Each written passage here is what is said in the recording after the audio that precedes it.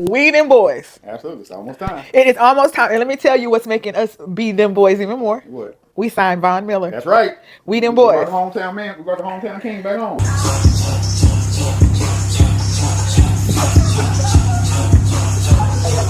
Tell them I like cowboy hats. Tell them I like cowboy hats. I'm a real Dallas Cowboy. We sure did. A 1-year deal, $5.5 million. Yep. He's from DeSoto. So he's from Texas. He just ain't from Texas. He's from Dallas Fort Worth. Right. So he's entering his 15th season. He has 138.5 career sacks. He leads all active players. We have this future Hall of Famer on our roster. He is the veteran amongst Rashawn Gary, rookie Malachi Lawrence. He's a real difference maker.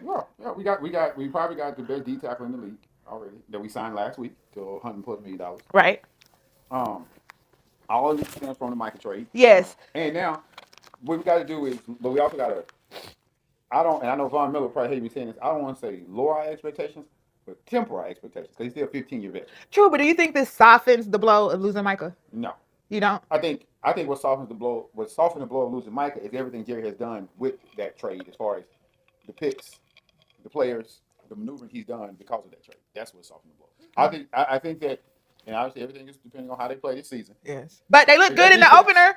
Don't start fake football. Look, it's not, you call it fake football. I call it football. Okay, it's fake football. It's still that. Do they get hurt? Did not Jackson Dart during the fake football game get knocked the fuck down and have to go to the blue tent? Okay, one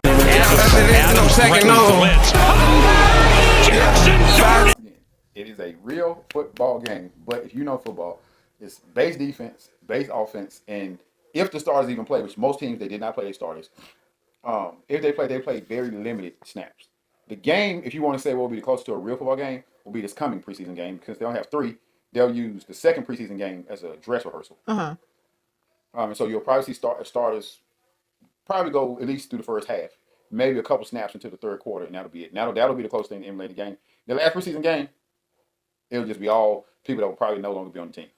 So wait. So the people that's gonna play in the third preseason game. What you don't want to do as a team, and this happens every year. All the teams, the worst thing that can happen. You get somebody hurt in the first preseason game, understandable. Right. You get somebody hurt in the dress rehearsal, that can be understandable. What you don't want is to get somebody hurt in a meaningless game that means absolutely nothing for no starter. When you can just let them show up in their jerseys and ride guys who, once again, will probably not be on your team, and you're just trying to get film to get on another roster. So basically, so that game is the farewell game. Farewell game. Yep. So if I'm playing, if they say, Isaac, you're suiting up for the third game, I know that means I'm not coming back. Not necessarily what that mean. What it could mean for you is you're gonna play significant minutes in the third game. So for you want to ball out because every team is gonna cut down. Or after that week, they got to cut the roster down eventually to 53. Every team is gonna be doing that back end of the roster maneuvering. Right. Meaning, and I would just put a number on it for the audience. Those people in that 45 to 53 range, anything can happen. And so some teams I'm cutting down to 53. Some teams I'm cutting below 53 because I need to go see what somebody else has. A lot of guys gonna sign to practice squads. That's gonna be a lot of guys gonna be signed to practice squads. And it's gonna be some guys they know they're gonna be in that wait and see moment. They're just gonna be out there. They was good on film. Right now, the team don't have a need for you. But after week 3, week 4, injuries still happening. We've already seen them in training camp. You're gonna get that call. Yeah, so true. So that third game is the game for those guys who are what they call like back end of the roster, those foot soldiers, those journeymen who are trying to accumulate them NFL years to qualify for a pension. So basically, this is your show and prove or show and move on. Okay. Yeah. But the signing of Von Miller is a good thing because it's always good to have those veterans on your team. That's always good. You're not going to hear anything negative coming out of Dallas about signing Von Miller. And speaking of signings that could possibly happen, Aaron Donald, we're still waiting to see if he's gonna come out of retirement. I mean, Aaron Donald is if you got to be in the best situation, he's in the best situation that a human being would want to be in. Right. I could stay retired and live my best life with plenty of money, a beautiful wife and family, and we can just enjoy life. Or I could come back and literally, because what I've seen is basically everybody who predicts odds of teams winning Super Bowls basically said if he says he agrees to come back to the Rams, they're going to go to number one. The number one on everybody's prediction list is number one team to win the Super Bowl. That's a great place to be in. So Sean McVay says there's no invisible deadline. Yep. He has time. They have their regular season opener versus the 49ers in Australia. And I don't blame Aaron Donald. I don't want to go all the way over there either. So you think he's waiting? I would if I'm Aaron Donald, me. Let me see the first 4 games. Okay. Let me see the team actually play. Okay. Because, and Aaron Donald understands this, especially somebody who's been on bad teams, who was at the height of the Rams, been to the Super Bowl and lost, been to the Super Bowl and won. What happened last season, and because you signed great players, it's not an indication that we're going to make it to the Super Bowl. We got to show it on the field. And, perfect example, Myles Garrett. Myles Garrett's been the best defensive player in the league for 3 or 4 years now. And has never had a winning, I think he had 1 winning season since when he was with the Browns. Don't mean he wasn't a great player. So I think for Aaron Donald, look at those first 4 games, maybe 5. And then see. And then you assess if you think that's something that you can be a part of. Because once again, you're playing with house money. You can stay retired and live a good life, come back, potentially win another Super Bowl, and crown off what will already be a Hall of Fame career. Yeah. And also, too, something that a lot of people don't realize is the NFL, and I don't know if the NFL has a rule, if the Hall of Fame has a rule. Right now, his Hall of Fame clock has started. I think if he comes back and plays, it restarts the clock. That's fucked up. Yeah, Tom Brady's clock. It would have started immediately, and that's why Tom Brady. I think this would have been the year he would have been in the Hall of Fame. Obviously, it'll be next year if I'm not mistaken. I'm right about this because of his clock restarted. Okay. Well, the Rams definitely have. It makes them unstoppable if he comes back. You have Myles Garrett on paper. Myles Garrett. You have Devontae Adams. You'll have Aaron Donald if you have him. You got Matthew Stafford, MVP. And you have Puka. What happened to Puka? Well, Puka. Whenever you do that. And then you have Puka. So I haven't heard what happened to Puka. Let me tell you about Puka. We're gonna call him Jaws. Listen to this. So this actually happened in December, but it's coming back because of the fact that pictures have been released. So the incident is New Year's Eve in Los Angeles. He basically bit somebody, and he says it was playful horse playing. But when you see the picture, he looked like Cujo, like he done bit the shit out of her. So she's suing. And supposedly he also bit another woman's finger. They were in a Sprinter van. And she's saying also that he made anti-Semitic statements during the dinner that they had, which was, I'm not going to say what he said. But the details are he allegedly dropped his head into the alleged victim, which was his girlfriend, in her lap and crotch area, bit her thumb so forcefully that she screamed in acute pain before turning to the other alleged victim and biting her left shoulder and breaking skin, leaving the impression of his teeth in her back. So she's suing, and on July the 20th, the photo was filed in court showing the imprint on her back. And her attorney says it shows that it was not horseplay at all. Okay, so that's a lot to unpack. It is a lot. Get into the bizarre. So can we assume that Puka was on it all? It was New Year's Eve. I'm going to assume that it was some oil, something. Yes. Were ingested in people's bodies that maybe got you a little loose. Obviously, these people have a relationship with each other. Well, like I said, the first person he bit, the finger he bit was his girlfriend. And then the second person he bit was the person that was with them. He's entering his final year of his rookie deal. And then you have what comes in play because a civil criminal, whatever, is the personal conduct policy. As we know, under the personal conduct policy, criminal charges are not the burden of proof whether you're charged. They have a much lower burden of proof under the personal conduct policy. It's all at the discretion of what the NFL deems personal conduct from their investigation. And then as far as the criminal suit, criminal. Oh, okay. It's a criminal. So it's a civil suit, not a criminal conviction yet. Both sides claim video evidence.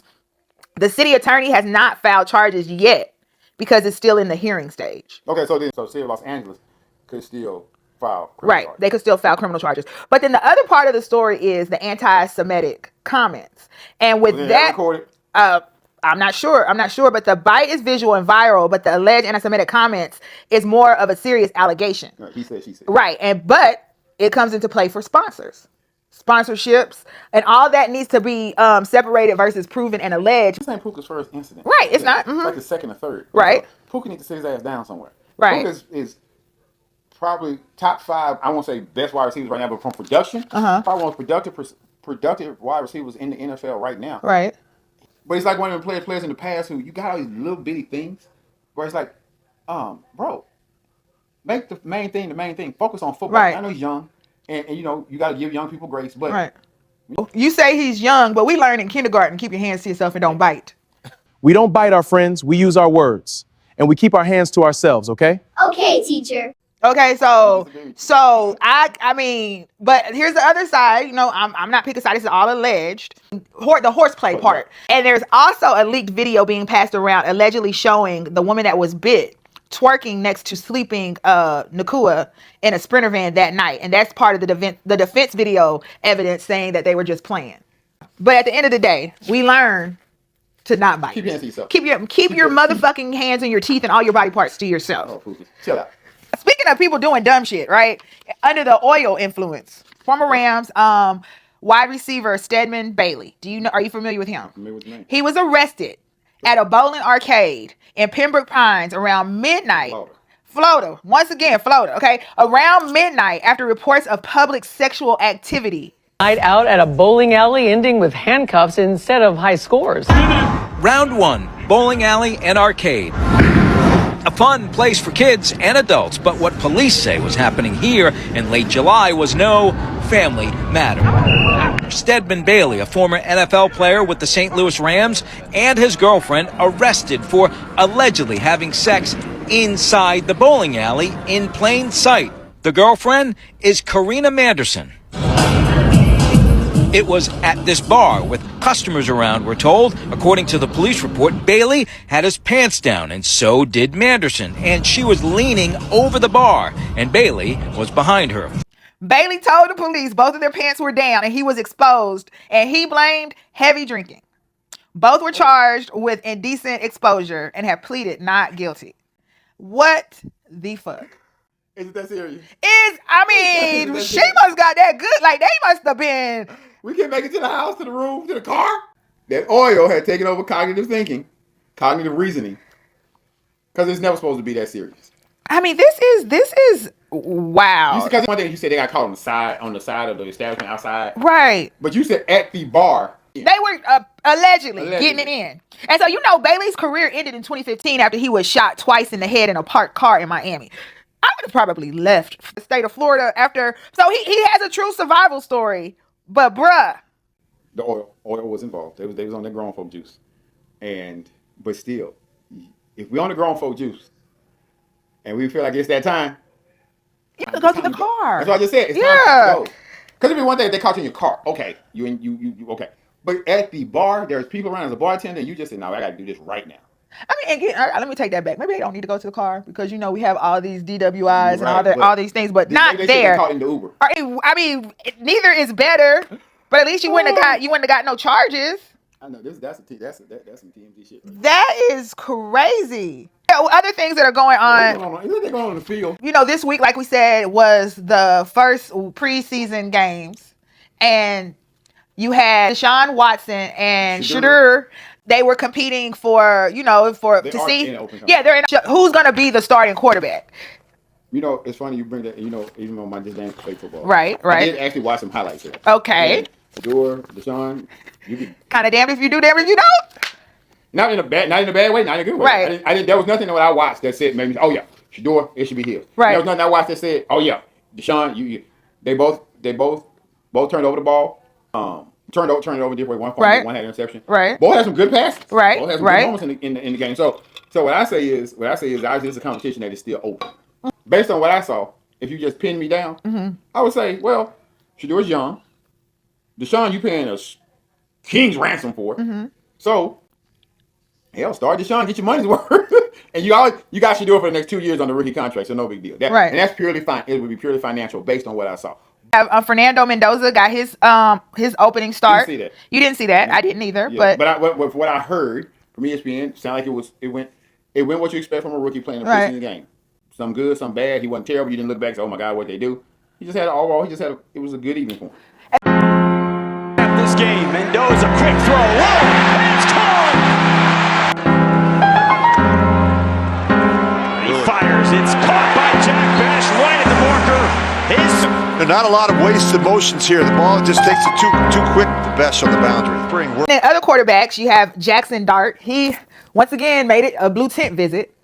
What's interesting to me about that is he did make another trip to the blue tent. Dominique Spotsworth said, yeah, that's what happens. If you get hit and you lay on the ground, they're going to make you go to the blue tent. That's a protocol. You don't want to go to the blue tent, pop back up. But if you're hurt, right, this is where you go. But what's interesting to me is how did he play in the preseason game? Because that's all I've heard is that he went into the blue. Did he play good? Did he play bad? Did he? I mean, but according to you, it don't matter because it's a fake game. No, I'm saying from a perspective like of passes and all that. passes. I have no idea. Can we talk about Teddy Bridgewater retiring? Speaking of quarterback, Hey, Teddy B. Teddy he retired for real this time. Forever. He said the recoveries was slowing. His ability to recover was slowing down. So he wanted to call it quits for good before he couldn't recover. So I respect him as a human. You know, Teddy is one of those players. I think if you ask most NFL players, that is a man's man. That's a guy that everybody loves to play with. Teddy was the first round draft pick of the Minnesota Vikings. Teddy had a Pro Bowl season. Teddy was getting ready to just light it up, and then Teddy Bridgewater had the worst kind of injury you want to have. Nobody touched him. Nobody was around him. He took a 5-step drop, and he dropped. Was he on turf? It was practice. Okay. Grass. We're not gonna do that again. And it was a non-contact injury, and Teddy was never the same. And teams never viewed him the same after he had that injury. But Teddy never gave up. He became a backup, and Teddy was a solid NFL quarterback for 10 plus years. Mm-hmm. Then he retired and went to coach Miami Northwestern, his alma mater. Which if you know anything about Miami football, it is the premier high school football team in the nation, and definitely in Florida. Right. I had a teammate who actually played for Miami Northwestern. Teddy went back there and won the state championship in his first year as a head coach. And Teddy got suspended by the whatever the governing body for Florida high school athletics, for doing God's work. Teddy was helping dudes get home, helping make sure people ate, make sure people had the equipment and the recovery that they needed. And they said he violated Florida high school football sports regulations by giving what they call extra benefits at the time. But everybody recognized what he did was good, and he did it because if you know about Miami Northwestern, it is in the hood in Miami. Right. He wanted to make sure those kids were safe. Those kids had what they needed. A lot of kids who couldn't afford the things that only he could provide with the money that he made in the NFL. I would say this: shout out to the Florida politicians who recognized that they need to change some laws and make sure it was a change on the state level. They enacted the Teddy Bridgewater law. Literally, there's a law named Teddy Bridgewater law now. That basically says a football coach can spend up to, I don't know the limits, so I won't speak on it, up to a certain amount of money, of his own money, on his players. And this was in the era of NIL, so it's also kind of stupid that they did it when we in name, image, and likeness and revenue sharing, where kids can make money playing football. He didn't ask them kids for anything. He just said, "I'm gonna do this because of goodness of my heart." They suspended him. He lost his job as coach and went back to the NFL. And teams immediately picked him up. Tampa Bay. I think I just want to give a shout out to Teddy Bridgewater. When you got good human beings, and I hope him the best in his official retirement. Teddy Bridgewater is a good human being. Yeah, because his first retirement was in 2023, like you said. So I think that when you have more and more is expected, and he's just like a all around good guy. I'll get back in coaching. He was a good coach. I hope he gets back into high school coaching because he was the type of coach. From everything I read, everything I saw, that you would want your son to be coached by Teddy Bridgewater. Still on quarterbacks, Jaden Daniels is pissed off with LSU because they allowed cornerback DJ Pickens to wear his old number 5. I saw this. So he sent a cease and desist demanding LSU stop using his name, image, and likeness. And his camp asked LSU to return their copy of his Heisman Trophy. And LSU, of course, refused. Now, I told you I do not talk about Jaden Daniels because his mama looked like she fight. But let's get into the fight. This sound like this is a lot more his mama than Jaden Daniels. For LSU side, they said Pickens was promised the number years ago, but Kelly held off issuing it to him out of respect while Daniels was still there. Pickett, I wore the number my whole life since I was 4 years old, and I wish Jaden the best. Joe Burrow's number hasn't been worn at LSU since his 2019 Heisman season. So, legacy protection or ego? Okay, I went down a rabbit hole. Normally, when you bring me these stories, I read the headlines. I haven't went down by this one. And the first thing I thought was, I said, my wife would like this because this is some petty shit right here. Petty ass. Look, shit. You let somebody use my number? You can't use my image and likeness. You can't give me back my Heisman Trophy. Give me back my football. I'm going home. Right, I'm going home. Like that is. This is some petty shit. This sound because Jaden's mama. His mama's all over this. And hold on, can we give out PSA? Sure. Jaden's mom. No. Don't let us tell your story. I don't want her to come. Oh, I want you to come. Bring us that smoke, please. Just don't fight me. Please bring us that smoke. Okay. So when I went there, I was like, so what is this? It was a big story for like 15 minutes. Yeah. And I said, what is going on with Jaden Daniels at LSU? He's been going to LSU 2-3 years now. He's been in the NFL. So I went there. I said, for real, y'all, this is what we doing? Now, I will tell you, there are some undertones here. This is the state of Louisiana. True. There's Joe Burrow. Let's just go ahead and get into it. Actually, the hero of LSU, Heisman Trophy, undefeated, won national championship, will never have to pay for a meal or drink in the state of Louisiana the rest of his life, even though he's from Ohio. Jaden Daniels, Heisman Trophy, did not have a championship season. Had a good season at LSU. So they're gonna get into the black versus white, how that played out. But I want to kind of get into this for a second. Okay. This all goes back into this era of NIL, revenue sharing, and promising players things, because if they don't get those things, guess what they can do? Transfer out and leave. Right. That's what this ultimately gets into. Right. So I'm gonna take it from LSU side where they are currently. The current player, I don't know his name. His name is DJ Pickett. DJ Pickett's number 5, right? 5. And DJ been wearing number 5 since he was 4 years old. And I'm gonna take just a few seconds to tell you. I was not one of those players, but I have teammates and close friends of mine who was like that. When people sometimes they establish their numbers in Pop Warner, Little League football, they have been taught that is now your number until you are no longer playing sports. Right. And people take it very seriously. I did not. Right. You know I have 2 numbers. Yes. Right. Yeah. Because I didn't. But he has been wearing that number since he was in Pee Wee football. And obviously his father is involved because his father spoke a lot about this. And so for him, that number is very important because that's the only number he's at. And when you're a star, and that's another thing people don't understand too, when you're a star, you get to say, that's my number, that's the only number. And they will take the jersey off of somebody else and give it to you. Fast forward now to college. When he was being recruited by LSU under the old coach, they promised him they would let him wear that number. They did that to get him to sign with LSU. Right. They just call it what it is. And he said, oh, I can remember. And I'm pretty sure he talked to other schools, and money played into it. Right. And we can openly talk about that these days. If money played into it, other schools might say, well, number 5 is retired. Number 5 is me. LSU told him he could have that number. He gets to LSU.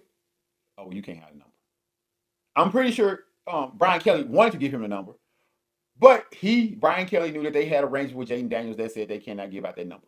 They called him. He said no. Okay. So I think the boy was 13, if I saw the pictures correct. Okay. New coach, new regime, yada yada. The new coach has one focus and one focus only: keeping the best players he can to win a national championship. Coach, they promised me number 5. I never got it. Shit, okay. Here you go. Right. Here you go, number 5. I'm going to go on and take that smoke. Jaden Mama saw that boy number 5 and said, hold on. Right. We have arrangements that say y'all not going to do that. And this is where you get when you change coaches. This is how petty. That was an arrangement with Brian Kelly in LSU, not Lane Kiffin in LSU. Lane Kiffin trying to win that championship. You don't give a shit about what they promised Jaden Daniels. But so that means that he would be willing to use number 9 as well? I will tell you this, and once again, that goes to the undertone or overtones. Would he do the same thing if a 5-star recruit said, only way I'm coming to LSU is the money, name, image, and likeness, revenue sharing, and you got to give me number 9? I just think nobody's asking for number 9 in that capacity. So that's a good point you just made. Would you do that if somebody asked for number 9? I was going to say it's very similar to number 88 for the Cowboys. That was Michael Irvin's number. CD. I can't let you do that. Michael Irvin is not the original 88.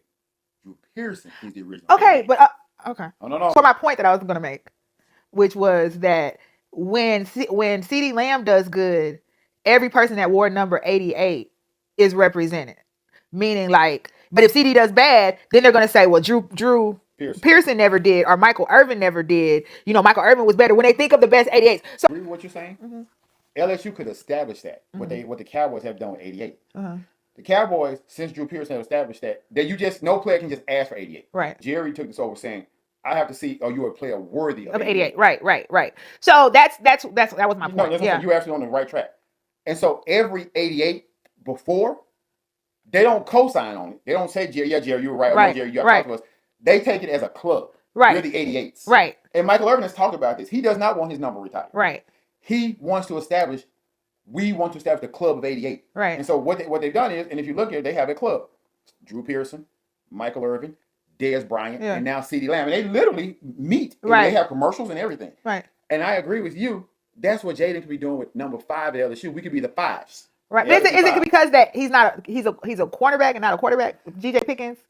That could have something to do with it. But I do go back to what you said, which will probably get us that smoke, and I want that smoke. I think Jaden's mom from a financial perspective, is playing. And that, kudos to Mama. I mean, she's his manager, so she should be. You doing everything you should be doing. She should be looking out for him as a mother and as a manager. Yes. And I think she's looking at it is we have NIL deal still with you all. You all still using his image. There is a financial incentive for all parties involved. And she's looking at it from a legal and financial perspective, which that's what agents and managers are supposed to do. Yeah. I don't disparage over that. I'm just saying from Jay's perspective, you still can go to your, not mama, to your financial people and managers and say, hey, y'all, it's good. I want him to wear it. And we can establish the 5 club. His mama She don't play that. She don't play does not play. And I get it. When you have a son of that caliber, you want to protect them. But you got to let the man live. I get it. You got rookies biting motherfuckers. But you got to let the man live. And you know what? I can't say that I wouldn't do the same thing. I can't either. So it's up to Jaden Daniels to make his legacy known, even in the NFL. Ask you a question. I know you normally ask me a question before we move on. Don't you think also that this is an unnecessary distraction on Jaden as he's trying to come back from injury and lead and trying to regain his what was a all-world rookie campaign? Yeah, but I also think this happened on August the 5th, the training camp. We hadn't talked about it yet, but like you said, it was 15 minutes. We're extending that 15 minutes. That was good, folks. It was, very good. I don't think it would. No, I don't think it would be a distraction. And to help it not be a distraction, you got Stephon Diggs. Stephon Diggs has signed finally. I said it though, right? You said it. You did say it. You definitely said, just wait and see. And so Stephon Diggs, for Jaden Daniels' offense, is a big value add. Yes, definitely. He signed a 1-year deal worth up to $12 million. Stephon Diggs is a 4-time Pro Bowler. He's a 2-time All-Pro, 11,000 yards, 74 touchdowns, 7 1,000-yard seasons, and most recently in 2025 with the New England Patriots, 85 catches, 1,000 yards, and he helped the Patriots get to the Super Bowl. So he's from, like you said, he's hometown. So he's going to be playing in front of his hometown. So this is literally a homecoming, and he fills the wide receiver 2 spot. So who's number 1? Number 1 is Terry McLaurin. That's right, my man. And after they lost Deebo Samuels, he went to 49ers. Absolutely went home. Yes, he went home too. Everybody's going home. But who ain't really found a home yet is Brandon Ayuk. What's he gonna say?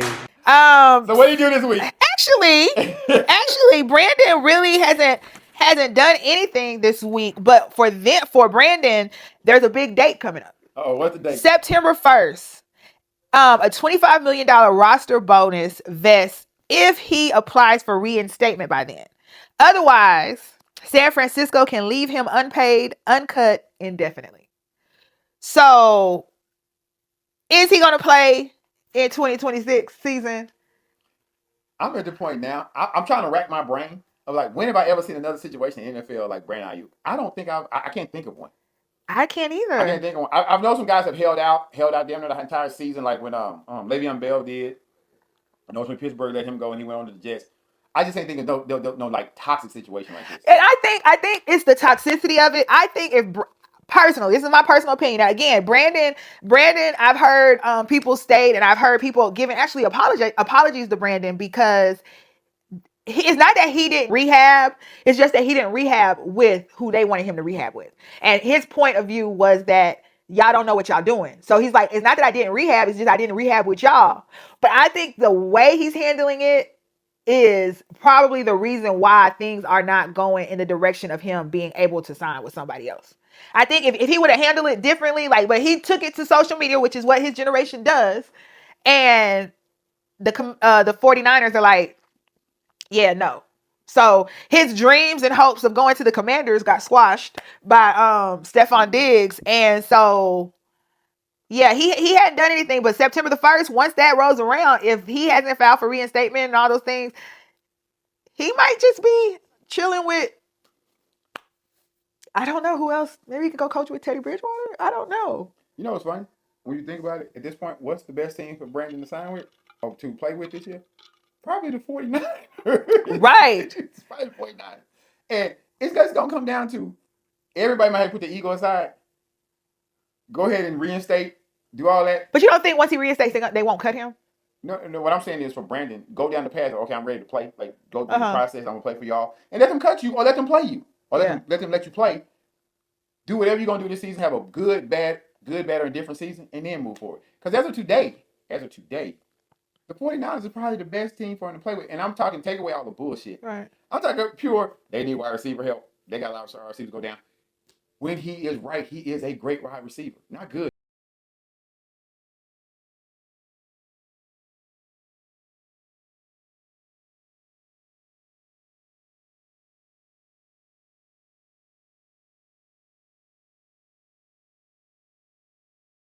Probably the best team for you to sign for, and then move on. Right. Because right now, like you just said it, the Commanders have arguably a top 15 wide receiver, Stephon Diggs. One thing you know about Stephon Diggs, Vikings, to the Bills, to the Texans, with Ashley because that's where he blew out his knee, and then to the Patriots. He's a top flight wide receiver everywhere he's went.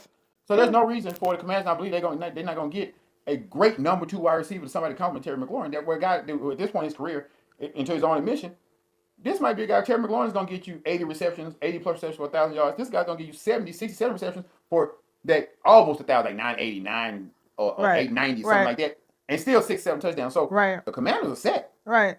Brandon, it's probably best to resolve with the 49ers for this season and then look to move forward next season. I'm just glad that Brandon has slowed down the outbursts. Can I get a PSA? Brandon. Let us tell your story. Come. You tell your story. I think it's unfair on our part that we tell the story for you. Yes. Come. Be the star of your own show. So, we're ready. We're ready to sit down with you and you tell the story. Speaking of stars, do you know who Syer Wright is? I don't. Okay, well, let me introduce you to Syer. Syer Wright, he is an undrafted rookie cornerback, and he left the Bengals for a lead role in a movie. And he had his 2 passions that converged. Did you see Space Jams? Space Jam, no, the one with LeBron. I did not. Okay, well, he played Bronny in Space Jam. Okay. And so he played Bronny in Space Jam. He also was in Grownish. Okay. Training Day, and 2 Broke Girls. It was really neat because it's like, would you take the roster spot or the movie role? So this is not unprecedented. Okay, who? Jim Brown did this. Don't. Jim Brown, after 9 years in the NFL, gave up his Hall of Fame career. He became a Hall of Fame. I'll tell you the difference. This boy is a rookie. I get you. So Jim Brown done got his hits and stuff, and this guy played football in the midst of his acting, which is pretty cool. But he played football. He's a rookie, not even a drafted rookie, undrafted. Okay. You got on a team, and then you gonna leave to go be in a movie, to be one of your picture shows. Would you do that? Did you say picture? Yeah, I'm kidding. But would you do that? Because of my love for the game, no.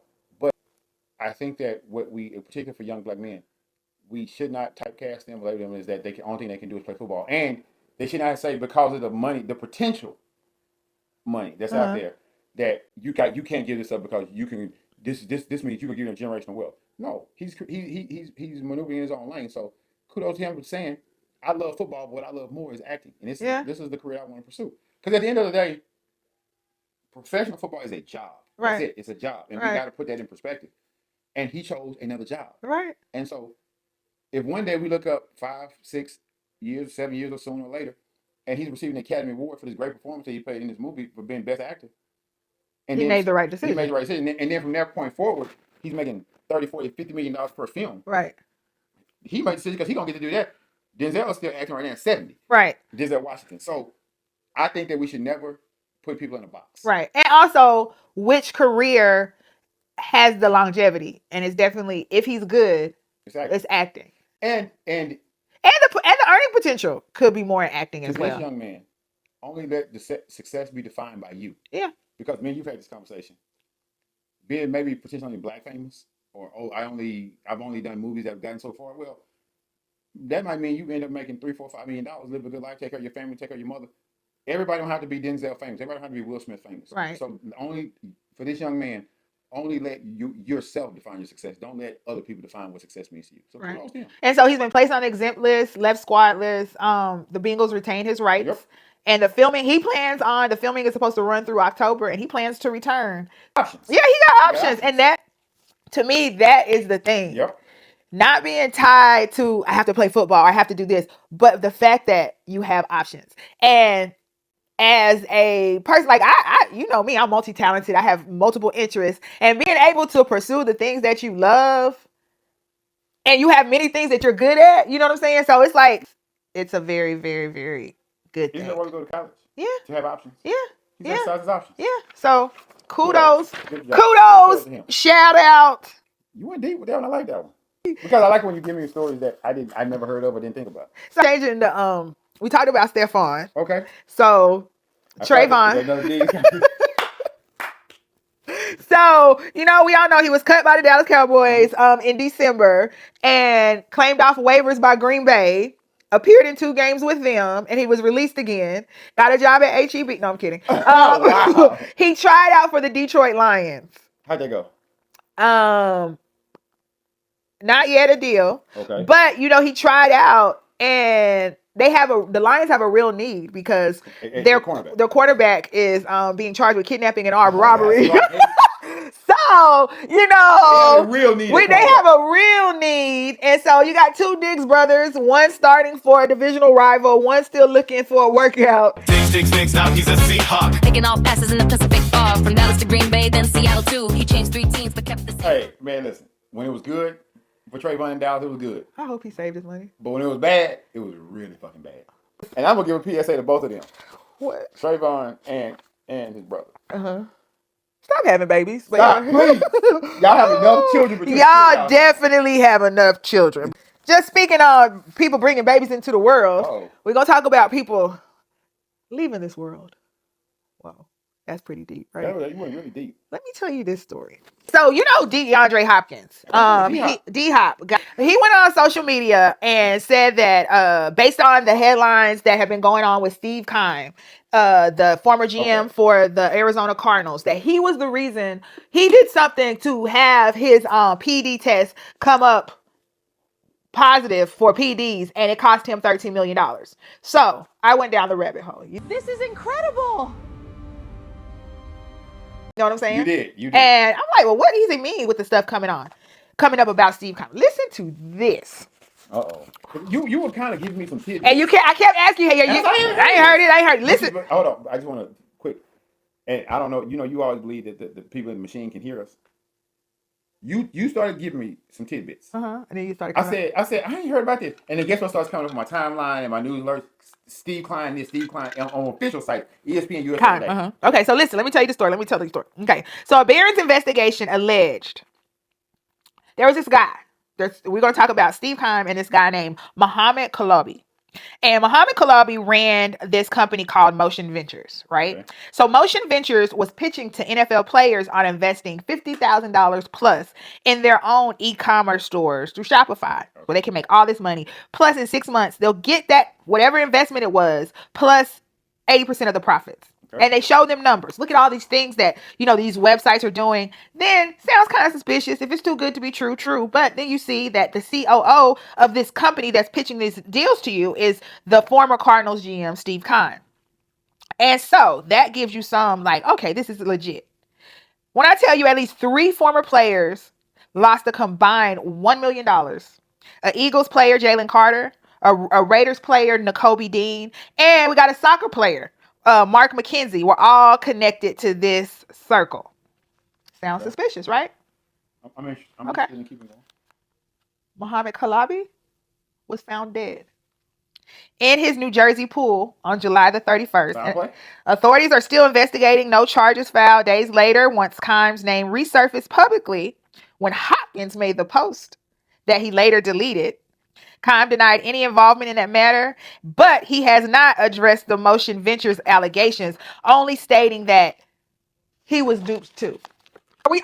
Are we talking a GM that was duped along with these players? Are we talking about a mob boss? Definitely, once again, a lot to unpack, a lot of layers. And if it's not true, this is all allegedly. Allegedly. Okay, this is all alleged, Steve, please. Alleged Steve? No, it was all alleged. Steve, please. Don't come for us. Shit, Steve, come for us. No, we got a pool. We got a pool. I'm good. Because that's where Muhammad was found in his New Jersey pool, face down. Oh, my God. I'm trying to be face up. But yeah, You know so what I found funny about this? funny. Funny. Somebody died. No, I found funny about this. Okay.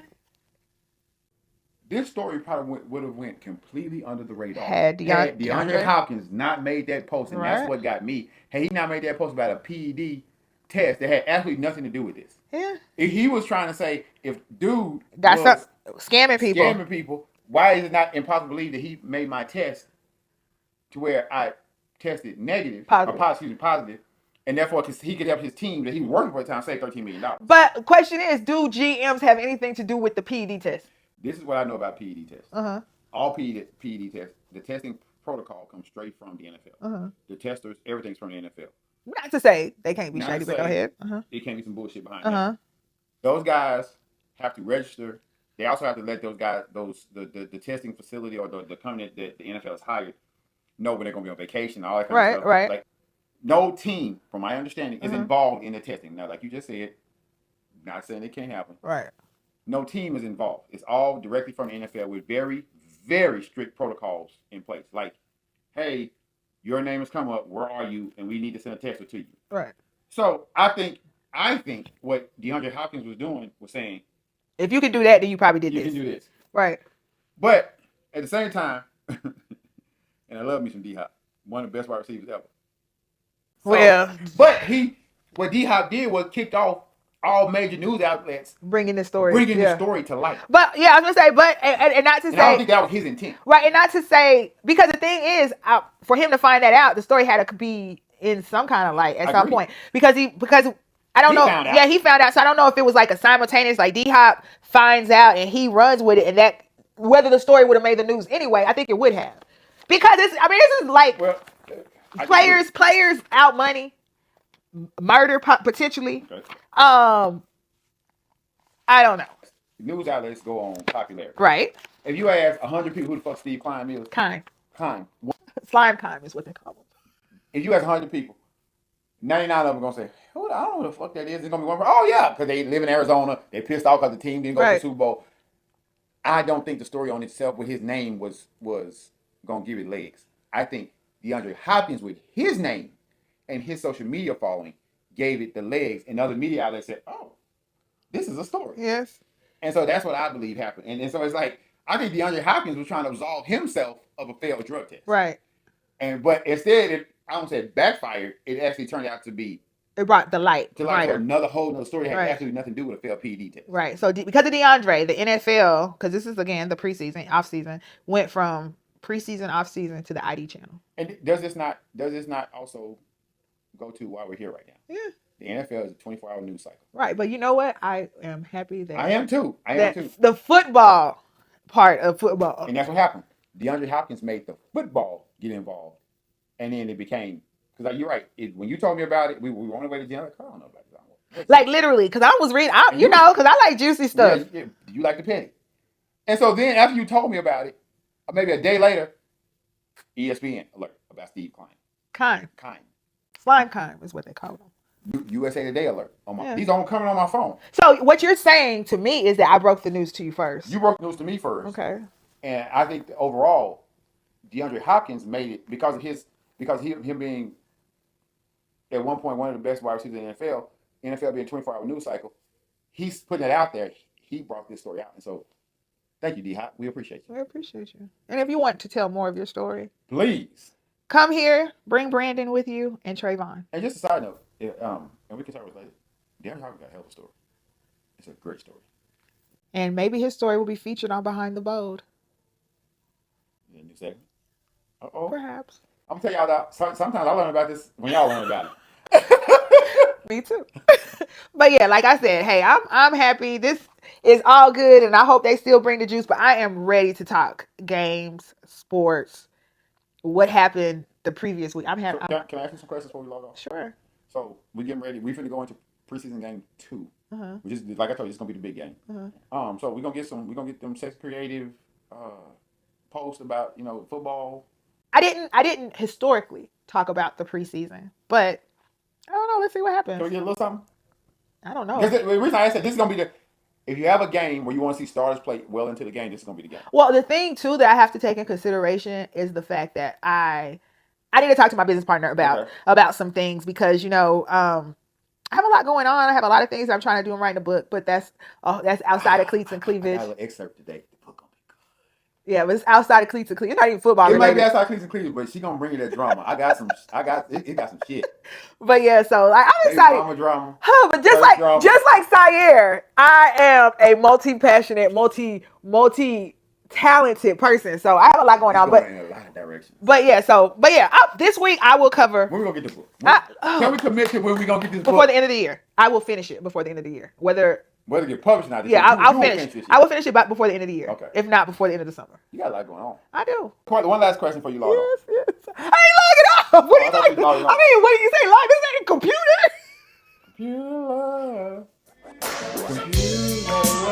Okay, anyway, I don't know where the fuck this show just went, but it's going somewhere. What's the question? So, your boys are going to Brazil, Rio de Janeiro. Oh, yes. How about them Cowboys? Hear the crowd noise? We America's team, and we loud, boy. Blue and silver stars in the clouds, boy.